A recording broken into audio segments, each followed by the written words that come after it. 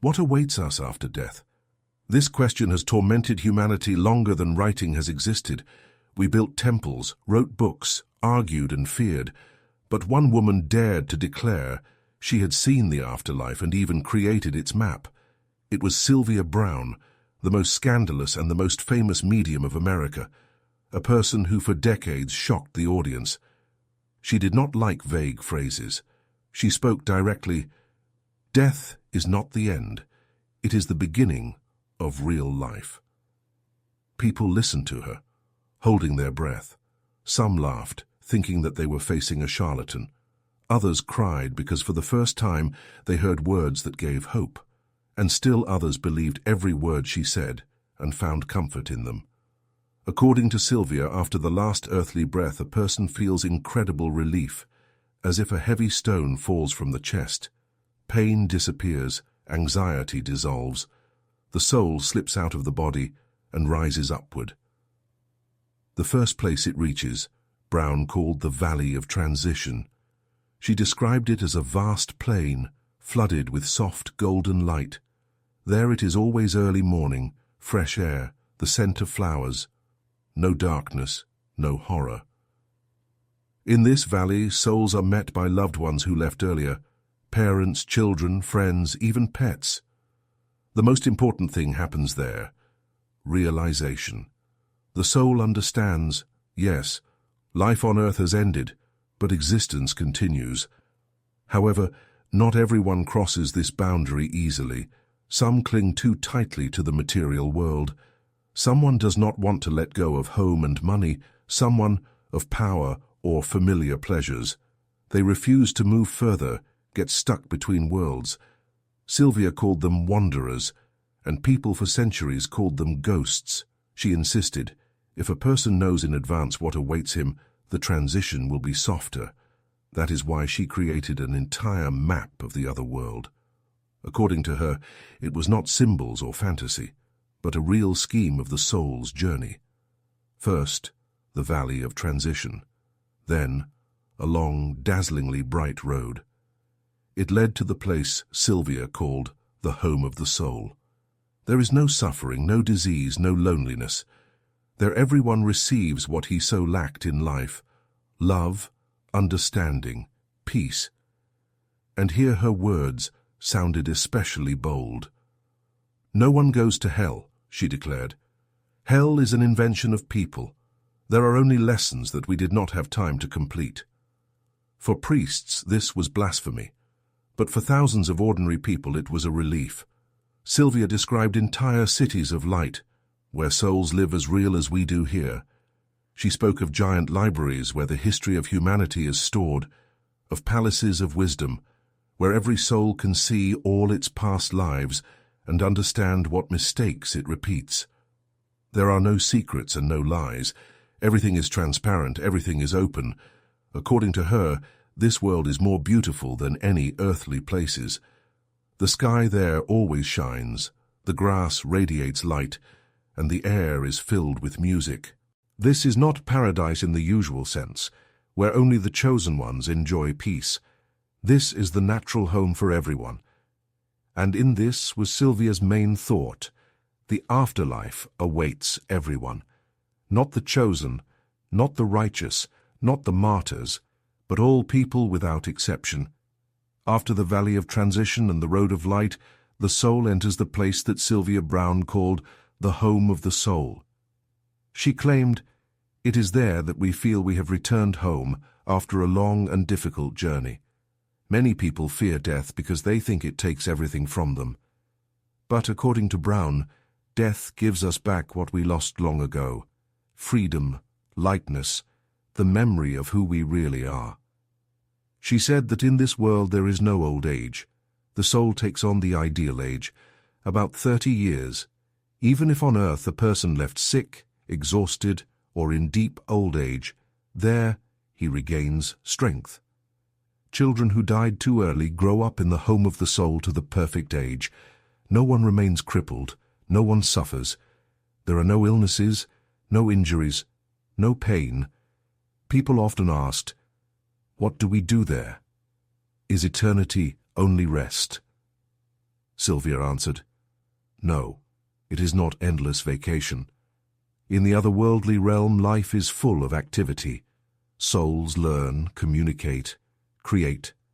They study the laws of the universe, discover secrets that humanity has not yet reached. She claimed that many inventions and discoveries that appear on Earth are first born there. Souls share ideas with those who are ready to receive them. A special place was taken by the so-called library. There are records of all human lives. Sylvia called it the Akashic Records. Every person can go there and see all his past incarnations, who he was, what mistakes he made, what he corrected, what is still unfinished. To see the whole picture of life, this, she said, is the true judgment. Not God with a whip and punishment, but one's own conscience which shows everything without embellishment. Sylvia said that souls meet there not only with their relatives, but also with those who were their enemies. After all, every encounter is a lesson. Sometimes a person does not understand why he was given so much pain, resentment, and betrayal. But there he sees that all of it was part of a bigger picture. And then comes what is impossible to experience on earth, absolute understanding. She said, "We live on earth like students in school, and the home of the soul is our true home. There we rest and prepare for the next class." Many argued with her, accusing her of oversimplifying eternity. But thousands of people admitted.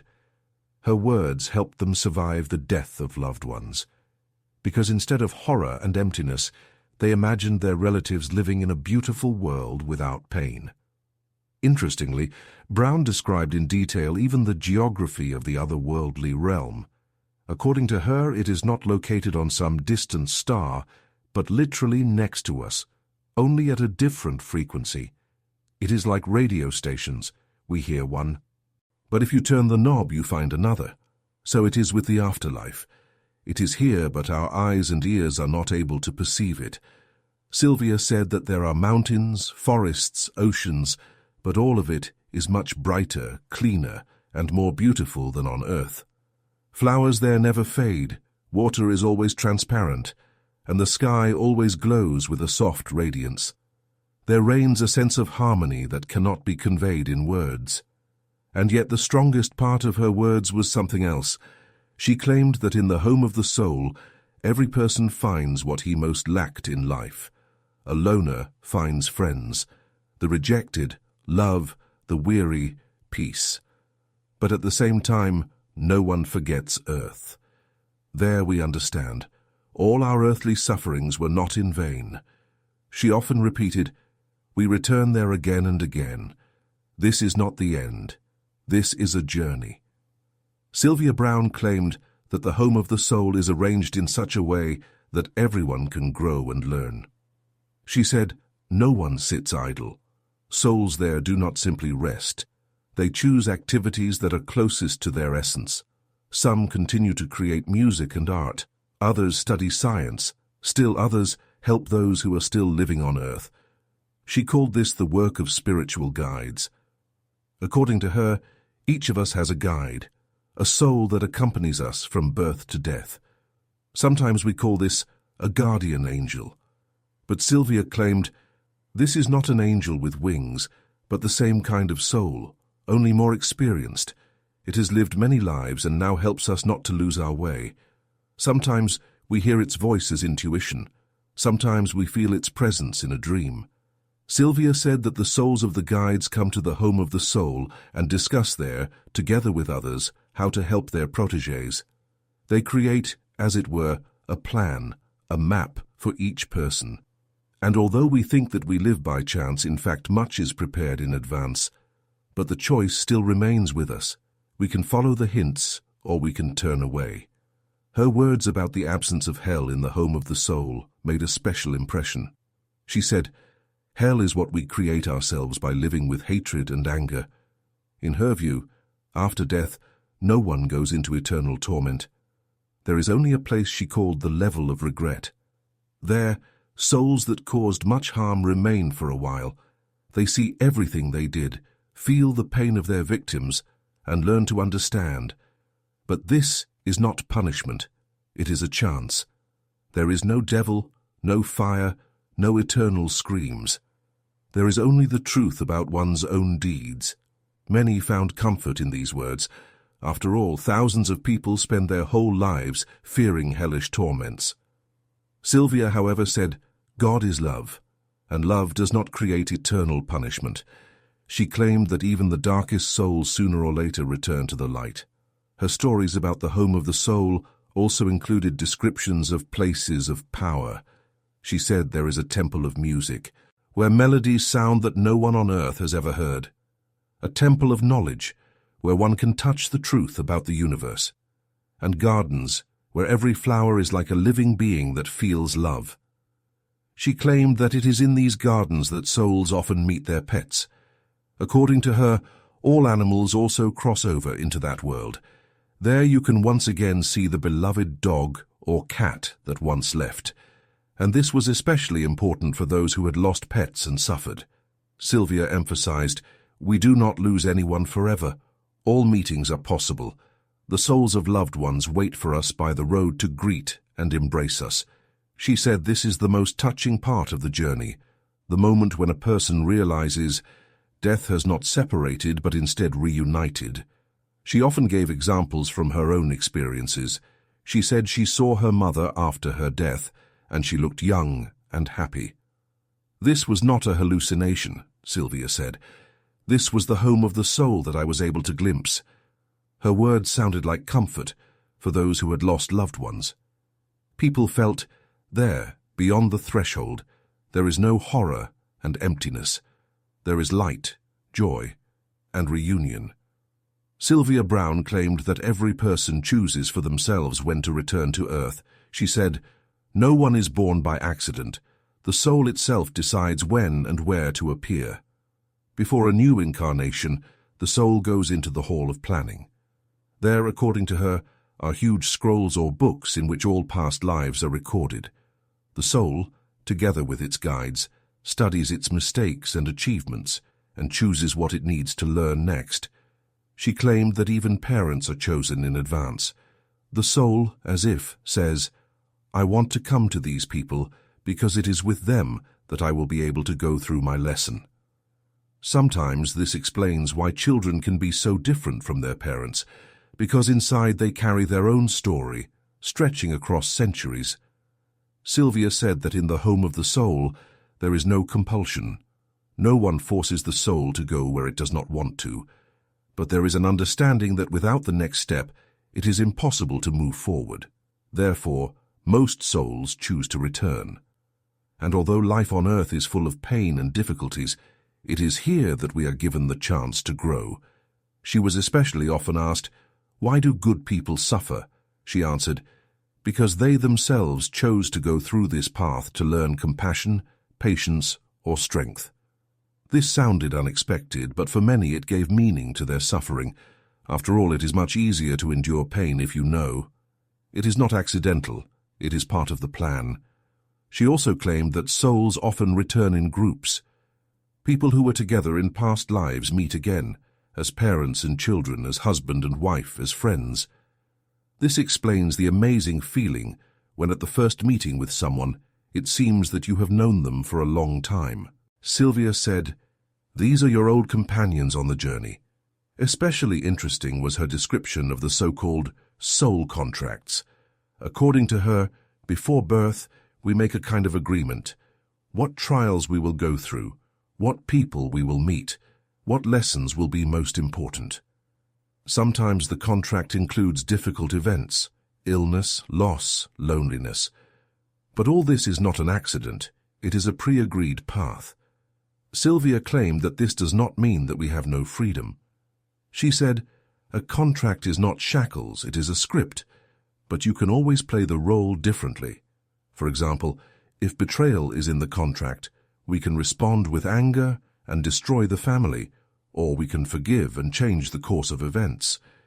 It depends on this whether the chain will continue or be broken.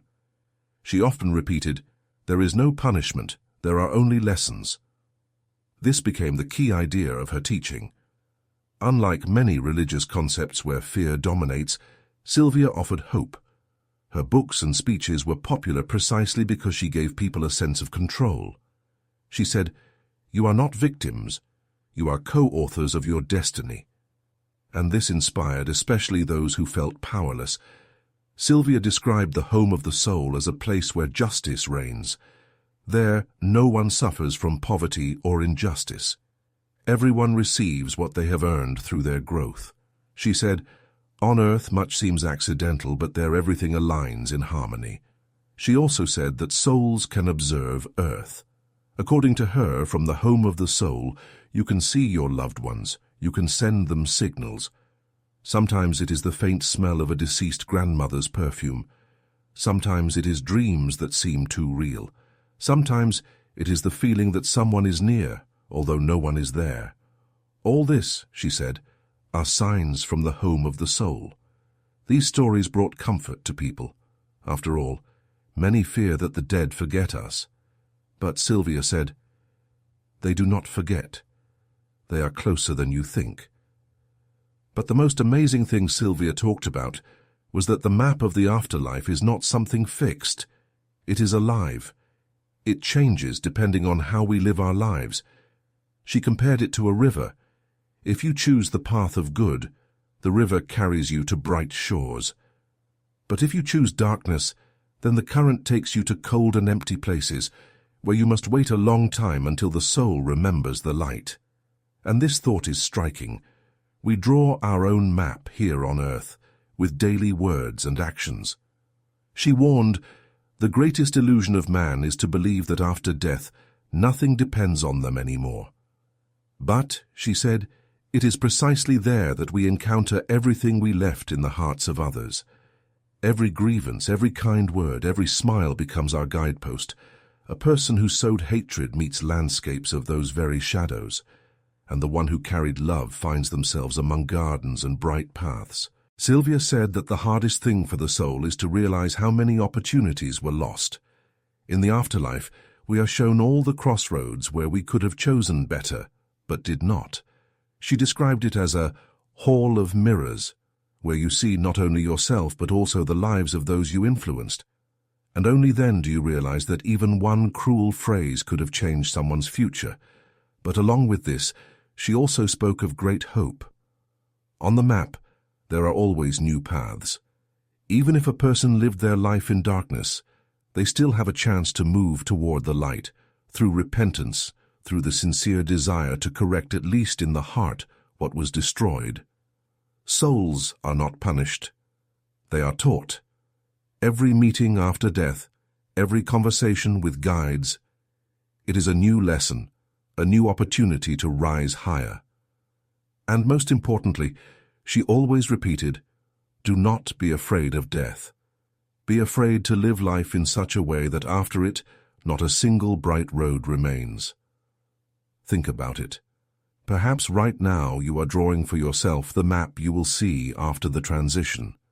And depending on which colors you choose, love or hatred, kindness or anger, that is what you will encounter there.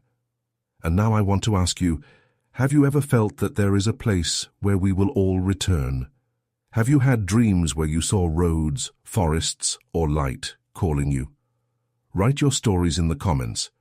Your experience may suggest to others that the map of the afterlife exists for each of us.